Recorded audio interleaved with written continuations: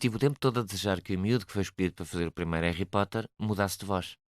Eu sei que isto é muito má onda, mas tive os 2 primeiros filmes a dizer o Harry Potter ainda vai ter de ser meu. E tive o tempo todo a projetar aquilo.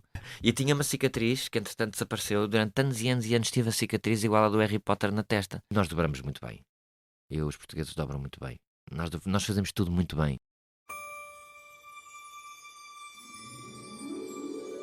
Lumos, câmara, ação. Entramos num mundo mágico onde corujas são meios de comunicação, onde vassouras são meios de transporte e varinhas são, com certeza, mais apelativas do que qualquer smartphone. O meu convidado de hoje deu voz ao rapaz que sobreviveu.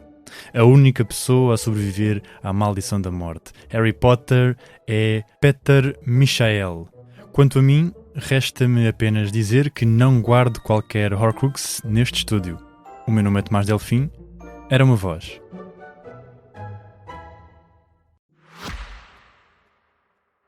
Subscrever o Expresso é ter acesso à melhor informação, a uma vasta oferta de conteúdos exclusivos e à opinião de referência. Subscrever o Expresso é tornar-se membro do nosso clube, poder ser voz ativa de uma comunidade informada e beneficiar de vantagens exclusivas. Subscreva o Expresso em expresso.pt/digital. Expresso. Liberdade para pensar. Peter, muito obrigado antes de mais nada por teres aceitado o meu convite para estar aqui hoje. Obrigado eu. É uma honra ter sido convidado. E é o meu primeiro podcast. Então tenho aqui também um exclusivo. É um exclusivo, por enquanto é um exclusivo. Antes de tu fazeres a voz do Harry, tu já fazias parte das dobragens dos 2 primeiros filmes com outras personagens, não é? Sim. Como é que, antes de mais nada, como é que chegaste a fazer dobragens dentro do... Como é que chegaste ao primeiro filme? Eu comecei a trabalhar como ator em 1987. O meu irmão abriu o SET, que era um jornal que existia na altura, e estavam a pedir um ator, um miúdo de cerca de 11, 12, 13 anos, que pudesse fazer um dos protagonistas em pequeno, porque eles tinham flashbacks no início e precisavam de atores parecidos com os atores que iam fazer os protagonistas do mais filme. velhos. Dos mais velhos. Uma delas era a Fernanda Torres, que eu lembro-me perfeitamente, que era muito querida, muito simpática, okay. foi uma das minhas primeiras colegas. Depois a Monique Rutler foi ver as minhas filmagens, gostou de mim, chamou-me para o anúncio sobre da Segurança Social, isto é em 80, portanto uma coisa foi em 87, outras que foi em 88. Fiz o anúncio, coincidiu com uma campanha, a campanha não saiu para o ar só em livrinhos, por causa de uma problemática qualquer da altura, com os hemofílicos e não sei o que, Leonor Beleza, não sei explicar o que é que se passou, sei que não saiu para a televisão. E eu fiquei um bocado desiludido e pensei, eu não vou continuar a fazer castings, nem vou continuar a fazer isto, continuei a estar normalmente. Decidi fazer, entretanto, teatro amador, porque o meu irmão estava a dar aulas de teatro amador numa terra chamada Labrogeira, e eu fiz-me de esquisito e disse, eu não quero. E depois soube que um colega do nono ano da minha turma estava inscrito. E então decidi ir para as aulas do meu irmão. O meu irmão inventou uma personagem, basicamente, que já tinha feito a distribuição da Sabateira Prodigiosa do Lorca. E eu fui fazer acho que o autor, repartido com outra colega que também tinha entrado mais tarde. Gostei muito da experiência. Depois, entretanto, fui chamado para fazer uma coisinha no Quem Manda Sou Eu. Certo. No Quem Manda Sou Eu fiz casting para os melhores anos também da mesma maneira. O 7 pedia pessoas, eu fui ao casting, eram 2.000 ou 3.000 pessoas para escolherem 11. Eu fiz aquilo contrariado, porque eu só queria ir de férias, queria ir para a praia. E então eles achavam graça, porque acabava o casting e diziam, olha, demora-me tempo que eu tenho que ir, queria ver se ainda dava um mergulho. E eles acharam graça e eu fiquei. Era o único ator que precisava, que não usava óculos, que fez personagem para o Tadeu, que usava óculos, de tal maneira que quando eu fiquei com a personagem, que eram os melhores anos, eu fiquei a fazer o Tadeu Guia. Tu tens todo um histórico de personagens épicas que usam óculos. E tinha uma cicatriz que entretanto desapareceu. Durante anos e anos tive a cicatriz igual a do Harry Potter na testa. A sério? Pensei que quando apareceu o Harry Potter eu disse, eu tenho que ser o Harry Potter. Só que eu já era mais do que adulto quando apareceu o Harry Potter. Claro. Mas essa cicatriz veio de onde? Não veio certamente dela nenhum assassino, nenhum feiticeiro que... Não, veio de um vizinho qualquer, um gajo estava a brincar, que já não me lembro o nome. Na terra, numa das terras, portanto, na terra da minha avó materna, dos meus avós maternos, estava cá em Portugal na altura, e começámos a brincar com umas pedras um com o outro, e eu acho que ele me partiu a cabeça sem querer. E depois eu não levei nenhum ponto, e fiquei com com a cicatriz marcada durante a vida quase toda. Quando fui fazer este filme ainda tinha a cicatriz. Depois, entretanto, pus uma daquelas coisas para suavizar a cicatriz da testa e já não a tenho. Isto já depois de ter feito o Harry Potter, porque Claro. as dobragens, eu fui chamado, porque como fazia já muita televisão, apesar de estar na António Arroio, eu fui fazer casting com o António Montes e com a Irmelinda, Uhum. de quem gosto muito e ainda sou amigo. Fiz- Nomes incontornáveis também, não é? Sim, nomes incontornáveis, sim. Absolutamente. E o António e a Irmelinda gostaram muito do casting, fiz um casting de uma sala de aula, ou seja, fiz um puto, fiz a voz 36, aquela voz de miúdo, e depois era um professor em que pôs uma voz mais carregada, não sei o que, porque a minha voz não mudou muito desde essa altura. E aos 14 conseguia fazer esta voz e conseguia fazer a voz de pequenino. Aliás, a RTP começou a ter pessoas a dobrar, homens a dobrar putos, na altura em que eu comecei a fazer dobragens. Uhum. Sou eu, o André Maia, salvo erro, e o Carlos Macedo é que fazíamos crianças. E o Paulo Homem também, acho eu. E depois começaram a aumentar O leque. quantidade, o leque de atores homens que dobravam putos. E a primeira série que eu dobrei foi o Crow. Sim, Quase sim, não sim. entrava. Fazia um mamuto cor-de-rosa, pequenino, que eu não me lembro o nome. Já não me lembro o nome. O durante anos lembrava. E isto foi em 94. Acho que foi sim, 4, sim. sim, 4. Sim, sim. Sendo que o casting que fiz foi em 91. Aí. E depois daí para o Harry Potter, ainda passaste por 2 filmes em que eras outras Sim. personagens menores, não é? E estive o tempo todo a desejar que o miúdo que foi escolhido para fazer o primeiro Harry Potter mudasse de voz. Eu sei que isto é muito má onda, mas tive os 2 primeiros filmes a dizer o Harry Potter ainda vai ter de ser meu. E tive o tempo todo a projetar aquilo. Ao terceiro filme o miúdo mudou de voz. Então começou a falar tipo: Olá Tomás, estás bom? Eu não aguentava a voz. Sim, Estava aquela sempre a mudar, voz em não consigo que- gravar o filme. Sim, sim, sim. Perdi uma data de jogos porque o miúdo ainda fez os jogos, portanto só os jogos só fiz para aí um, e na altura eram bem pagos. E o filme, dos filmes de Harry Potter é que eu fiz o R em 3? Acho que foram 3, depois deixámos de dobrar. Tu fizeste, ou seja, apanhaste o Harry no terceiro filme e no quarto. No terceiro, no quarto e acho que também gravei o quinto, não tenho certeza, acho que foi isso. Ou não tenho eu não tenho a certeza. Sei que quando começou a ficar violento, mais violento, eles decidiram optar por não dobrar mais. Foi exatamente a partir. Só dobraram os 4 primeiros. Foram os 4 primeiros, eu tinha a Sim. sensação que eram 5, Sim, mas sim, pronto. sim. Tu tens ideia porque é que houve essa quebra de. O último filme que eu gravei que foi o filme em que entrava o protagonista fazia um amigo dele que é assassinado, Ah, sim, sim, o Cedric. o Cedric. E como Que era- a partir daí ia ficar mais agressivo, nós não dobramos mais. Isso é critério geral hoje ainda? Para... Eu acho que não sei qual foi a opção. Eu lembro-me que foi lá alguém ao estúdio que fazia parte da equipa estrangeira, não é? Uhum. E eu estava a dobrar o Harry Potter com um dos filmes, acho que o último filme vinha tão escuro, tão escuro, tão escuro, e com tanta coisa a dizer Property of Warner Brothers e com riscas à direita, à frente, coisa que não se via praticamente a imagem. E eu dobrava às escuras. Eu decorava, olhava para o que tinha que dizer, desligava a luz para poder ver a imagem. E chega-me um senhor e diz: Oh, so funny. Oh, you are recording without a... E eu falei, pronto, falei em português, Uhum. falei em inglês. E depois houve alguém que teve a ideia inteligente de escurecer isto o mais que pôde, achar que nós vamos estar a roubar seja lá o que for, e daqui a bocado não vejo nada. Quer dizer, já não estou a ver a imagem, não sei quem é que teve esta brilhante ideia. E eu, e saiu. Entretanto, o produtor disse-me que o senhor que tinha feito o comentário era o senhor que tinha tido a ideia de escurecer a imagem toda. Portanto, não sei se foi por isso que eles também não dobraram mais filmes do Harry Potter. Não sei se não foi por minha causa. Mas eu acho que ele não ficou assim tão chateado comigo quanto isso. Então, mas afinal, como é que, após toda a tua projeção de eu quero ser o Harry Potter, depois dos 2 primeiros filmes em que eras outras personagens menos de menor relevo, como é que surgiu a oportunidade para seres tu? Eles fizeram um casting, a mim e mais 2 pessoas que não sei, porque já achavam que o meu timbre era semelhante ao do original. E não seria fácil bem. interpretares uma pessoa com 13 anos naquele filme, não é? A minha voz dos 13, 14, eu consigo reproduzi-la porque pego no telemóvel normalmente e ouço-me nas séries que fazia quando era puto Uhum. e vou lá. Que a minha voz com 14 anos era. A minha voz com 14 anos é esta. Tenho uma memória super auditiva que Claro. é impressionante o fenómeno que é estar a falar contigo e parece que estou a falar com uma personagem, não é? No fundo. Yeah. E como é que depois disso agarraste a personagem? No fundo já querias aquela personagem, não é? Eu já queria. Então, Já criei, mas sim. eu tive muitas personagens que não estava à espera de vir a ter ao longo dos anos. Como foi o filho do Baftonsa, que eu adorava ler coisas da Disney.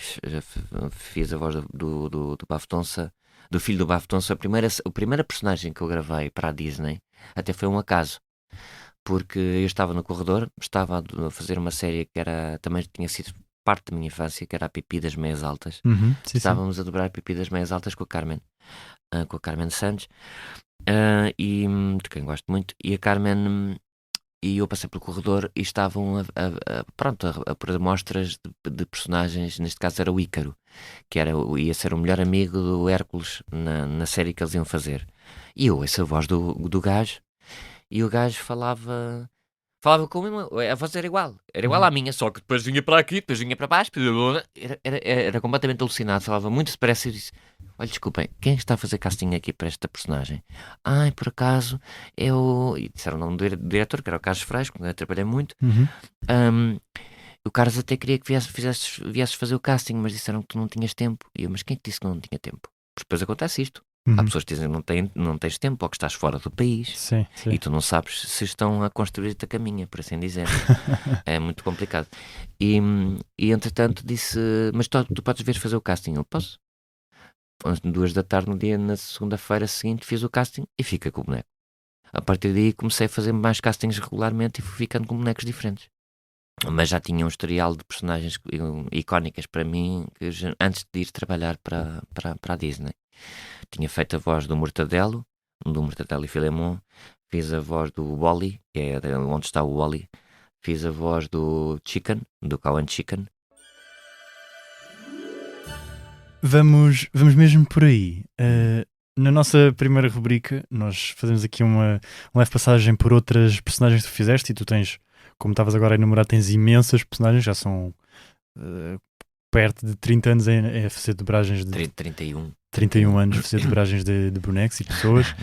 Tu tens aqui, eu decidi destacar aqui 3 personagens que acho que também são muito queridas, não só para ti, mas para o público. Uma das quais é o Cusco.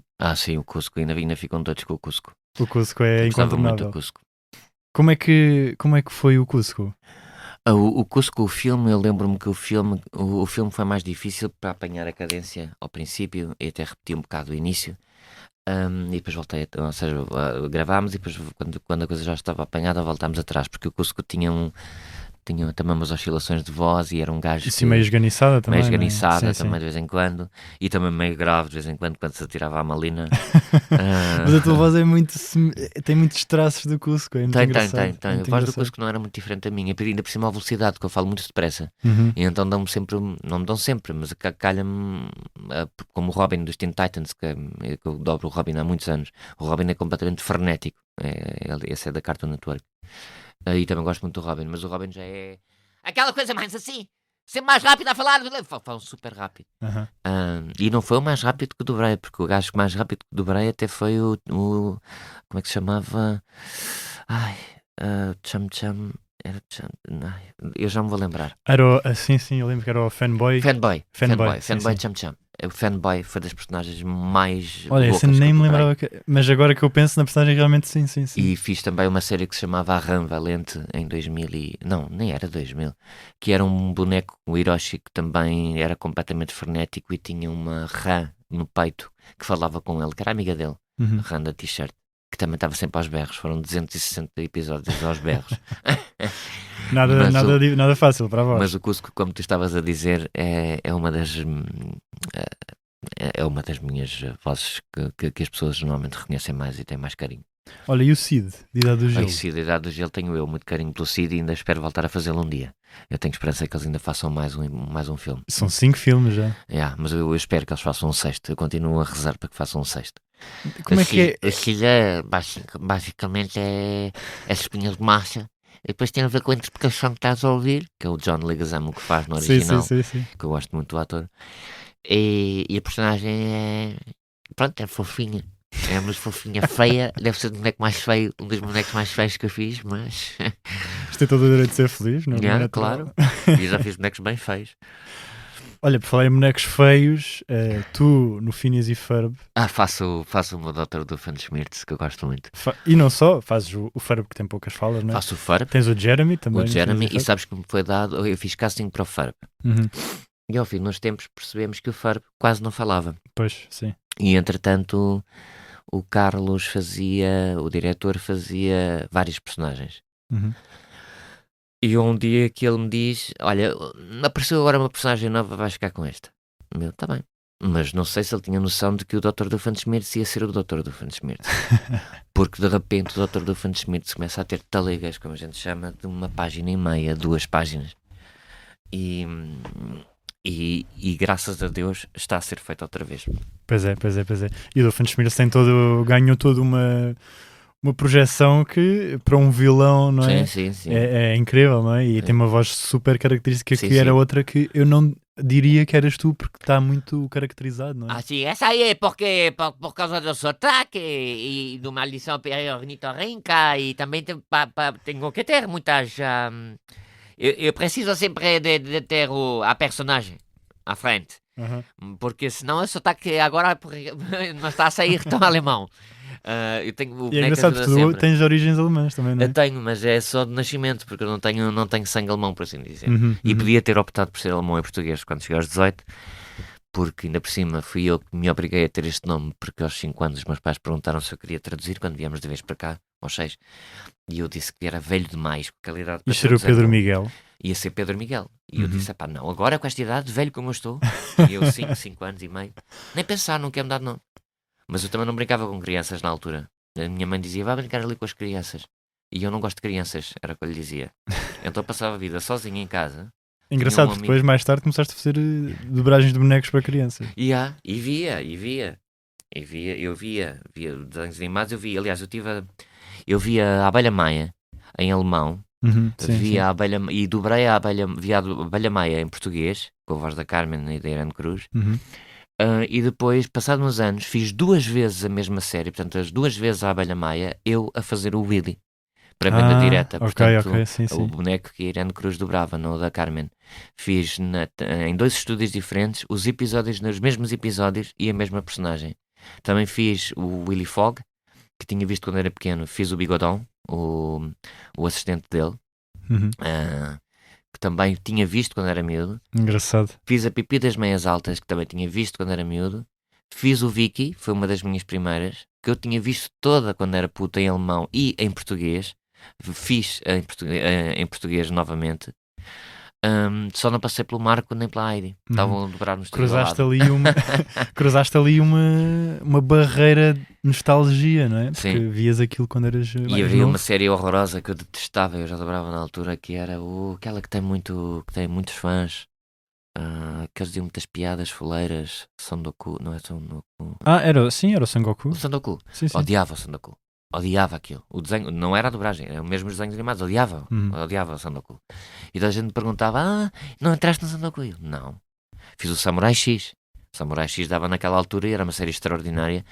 E essa eu fiz. Mas acabei por ir fazer Sandoku muitos anos depois, já há uns 4, 5 anos fizeram um filme e eu fui fazer um vilão. Ok. Portanto, também passei por aí. O Alvin e os Esquilos fiz 90 e tal episódios de Alvin Sim. para a série. Depois fui escolhido para fazer de Theodore para os filmes. Para os filmes. Fiz 2 filmes de Theodore. O terceiro foi para aeroporto. Porque no trailer há uma altura em que um dos bonecos diz: eu estou bem a relaxar. E eu calculei, pronto, fui o substituto de Gajos do Porto. Acho que o orçamento foi menor, foi lá para cima.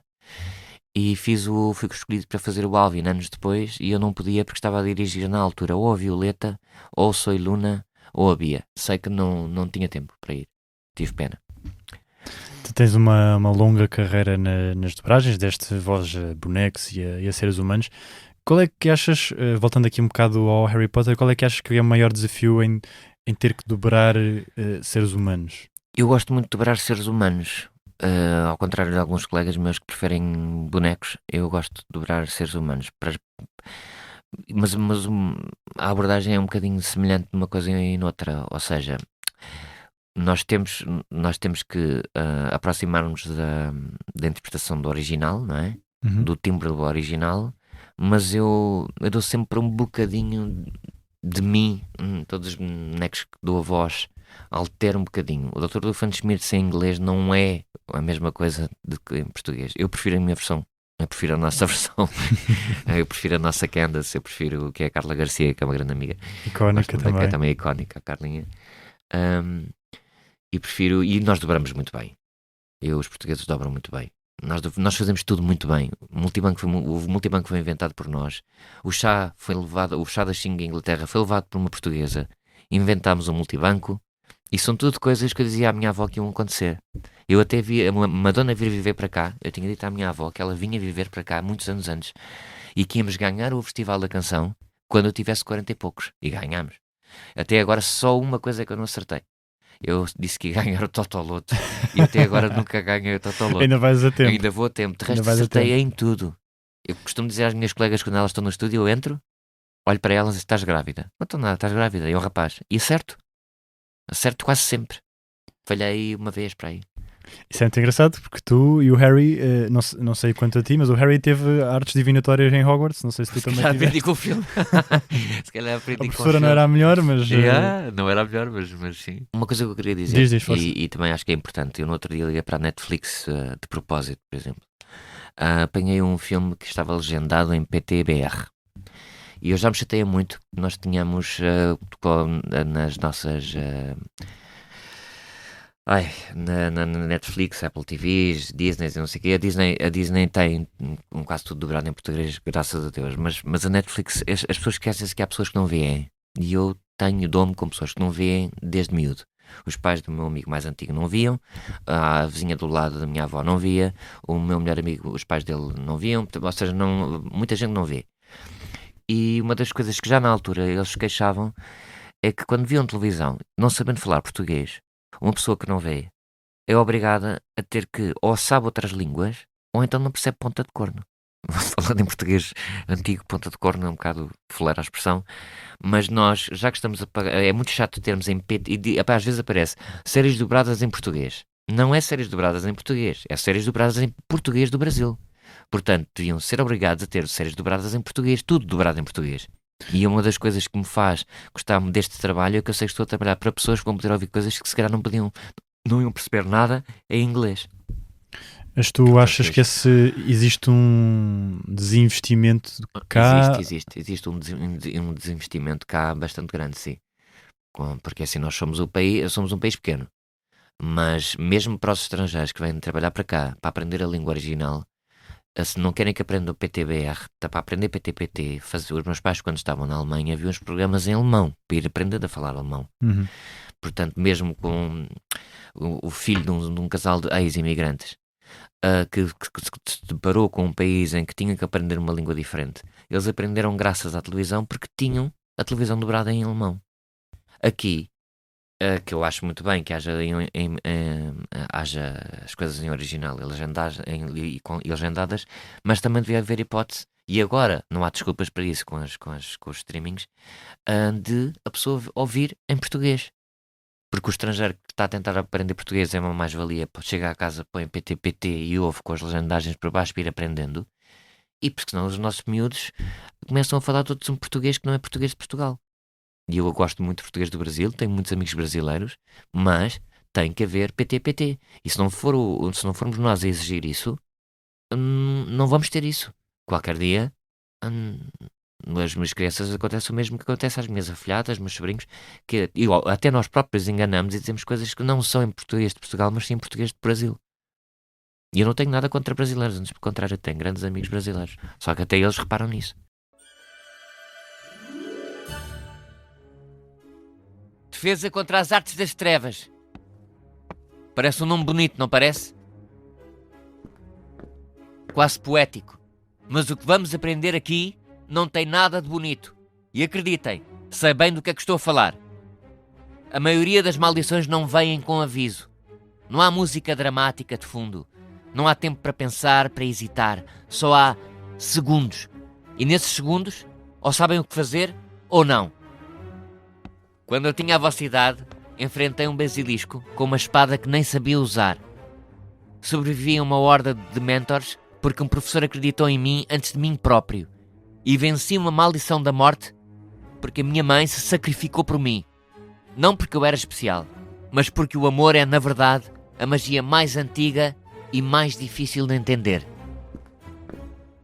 Hoje, vamos falar sobre um feitiço simples.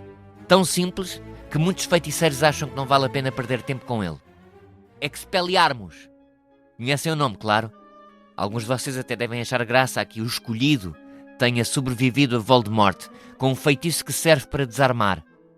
Pois bem, foi com este feitiço que o venci. Não porque era mais poderoso, mas porque naquele momento era a coisa certa a fazer. Agora prestem atenção. Sim, tu. Levanta a varinha. Prepara-te. Firme. Expelliarmus! Simples e eficaz. Varinhas em posição. Hoje aprendemos a desarmar. Amanhã aprendem a nunca esquecer porquê. Todos juntos. Expelliarmus! Expelliarmus! Expelliarmus! Expelliarmus! Expelliarmus! Expelliarmus! A varinha é uma extensão de vocês. Não vos vai salvar se não tiverem convicção. Podem decorar todos os encantamentos do livro, mas se não souberem o porquê de os usarem, então não estão a defender-se. Estão a fingir. Se eu tivesse tido esta aula com a vossa idade, se calhar tinha feito menos disparates. Ou talvez não.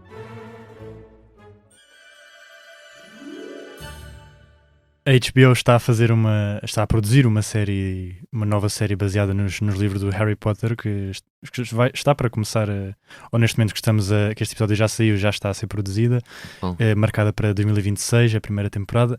Gostarias de voltar a algum momento a fazer a voz do Harry? Eu gostava muito, sendo que deve ser outro ator, provavelmente, não é? Sim, pelo menos quando é mais novo, não é? Pode ser que...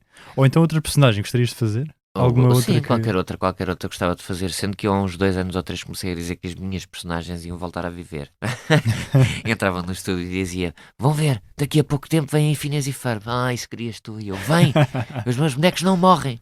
Depois passava pelo outro dia, dizia: o Robin dos Teen Titans vai ter que voltar. Filho, já te fizeram ser, vai ter de voltar. E voltaram. O Phineas e Ferb está aí. Está aí. Eu estou a dirigir a série. E entro.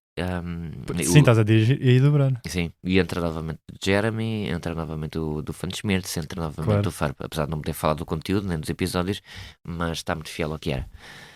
Eu gosto muito da série. E também já ouvi rumores de que o Soy Luna, que eu não sei se vai entrar ou não, mas dirigia, também vem em 2025. Vão fazer mais. Deve ser para estrear em 2026. Os teus personagens de facto não morrem. Eu estou sempre a dizer que os meus personagens não podem morrer. E já fazes, como estávamos a dizer, já fazes dobragens há 31 anos. Yeah. Que mudanças é que sentes que marcaram mais esta área das dobragens ao longo destes anos todos? A primeira mudança que eu senti assim e desagradável foi quando,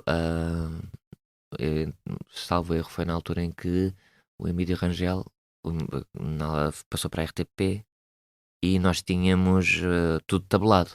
Ou seja, começavas uma série de desenhos animados, eras C, recebias X. Depois passavas a B, se tudo corresse bem, recebias mais. E depois a A, que era o topo da coisa, e recebias mais ainda. Tu eras contratado para 30 episódios. Não entravas em todos, mas como não tinham a certeza na altura, tu recebias os 30 episódios porque era um contrato de trabalho. Pronto, 30 certo. Episódios. E depois recebias direitos conexos sobre os episódios que eles repetiam. A SIC e a TVI faziam isso também.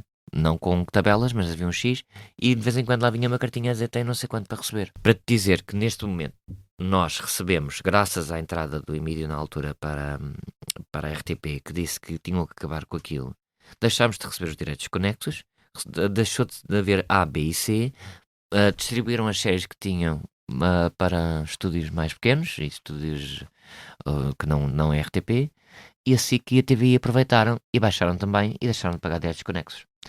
E agora uma pessoa recebe por episódio a menos do que recebia em 1994. Ou seja, se eu não tivesse mesmo prazer em fazer isto, eu já não fazia. Porque a discrepância é gigante. Mas não foi só nisso que a gente... Ou seja, vocês também sentiram o mesmo. Em todas as áreas neste país, a tendência é baixar e não subir. Estamos sempre a baixar e fica cada vez mais precária a coisa. Costumo dizer, eu sou ator por acaso, calhou. Eu era para ter sido estilista, queria ser estilista ou queria ser... Artista ia ter que ser. O meu pai costumava sempre dizer, filho, mas és o melhor aluno da turma, porque tu não vais? E a minha mãe, porque é que não vais para medicina ou para direito? E eu dizia sempre que não, queria ser artista. E depois comecei a ver que ia ser difícil ser estilista cá, porque a vida deles também não era nada facilitada, e artista plástico também ia ser difícil. E depois, como te disse, começou a aparecer estas hipóteses de repente de fazer um casting para X, para Y. Como o meu irmão também queria ser ator, o meu irmão queria ser ator desde pequeno, eu pensei, eu não posso eu se calhar estou a gostar disto, ou quero isto também porque ele gosta também. Mas não, infelizmente é uma coisa que eu gosto mesmo de fazer e tenho jeito. Ou seja, eu sou mesmo ator, quer não sou ator. Sou mais coisas do que isso. Sou muito preguiçoso. Se não fosse preguiçoso, eu estava a vender coisas pintadas por mim. Só que sou muito preguiçoso, odeio a internet. Ou seja, a internet é boa para muita coisa. Internet é para os muggles. Yeah. Exato, a internet é para os muggles, exatamente. É mais adequada. E estou assustado como o mundo está a ficar. Por falar, pegando mesmo nesse ponto do estado do mundo de há uns anos para cá, as polémicas à volta da J.K. Rowling, a autora dos livros da saga Harry Potter, têm sido várias, não é? Com todo o universo em expansão e já sem qualquer tipo de forma de voltar para trás, pergunto, é possível separar a obra de quem a escreveu? Eu acho que se deve separar a obra de quem a escreveu. Eu acho que sim. Porque senão eu não teria lido um monte de coisas que li quando era miúdo. Ou seja, Gabriela Garcia Marques ou Isabel Allende. Se me fosse interessar pelas opiniões deles em relação a certas coisas, eu não teria lido algumas coisas que li. Acho que a senhora não se devia ter pronunciado como pronunciou. Devia ter estado calada. Pronto, para quem não está a par, a J.K. Rowling tem imensas ações contra pessoas trans. Que eu acho uma estupidez, porque assim, ela deve ter, com certeza, e com o dinheiro que recebeu, até deve ter coisas com que brincar e com que se entreter. E acho que uma pessoa, já é difícil para uma pessoa que vive no corpo errado ter que fazer todo um tratamento hormonal. É uma opção de cada qual. São seguidas por psicólogos, psiquiatras. Eu tenho duas amigas, pronto, não são amigas íntimas, mas eu conheci-o como um homem, mas mudou de sexo aos 52, 53, que é extremamente difícil, já com 3 filhas, e desejo-lhe toda a sorte do mundo. Eu não sou contra nada de... Assim, a vida de cada um é muito mais grave. É muito mais grave o que se anda a dizer, as mentiras que se dizem, a violência, a agressividade que está a aumentar bastante, do que o tempo que se perde com o facto de uma pessoa querer mudar de sexo, ou o facto de uma pessoa gostar de uma pessoa do mesmo sexo, ou o facto... Não sei, acho que há coisas mais importantes, como a fome no mundo, como tudo isto que nós temos visto, Afeganistão, Palestina, a Ucrânia, só por falar assim, ao de leve. E de repente... toda uma mulher que podia até dizer, olha, a minha opinião sobre isto não interessa, tinha ficado calada e falava sobre coisas que são realmente necessárias para uma mulher trans, só é designada como mulher trans por estar em transição. Ou seja, é uma mulher, ponto. Há mulheres mais altas do que outras, mais fortes do que outras, é toda esta polémica, mas que era um homem antes, tem mais força. Por favor, não. Harry Potter, muito obrigado por ter aceitado o meu convite para estares aqui hoje. Obrigado, eu. A tua vassoura está ali à entrada com a Dona Isabel. Era bom porque assim. E a de vassoura para casa era ótimo. Quer dizer, não sei se me aguentava, que eu não tenho muito jeito para andar nem de trotinete sequer. Muito obrigado também a si desse lado por nos ter acompanhado nesta viagem ao passado. Eu sou o Tomás Delfim. Este podcast conta com a coordenação de Joana Beleza e João Martins, direção de João Vieira Pereira e fotografia de capa de José Fernandes e Tiago Pereira Santos. Um agradecimento especial à restante equipa de Sonoplastia, Salomé Rita, Gustavo Carvalho e João Luís Amorim. Não se esqueçam de seguir o podcast na vossa plataforma favorita. Nós estamos de volta para a semana. Era uma voz e continuará a ser.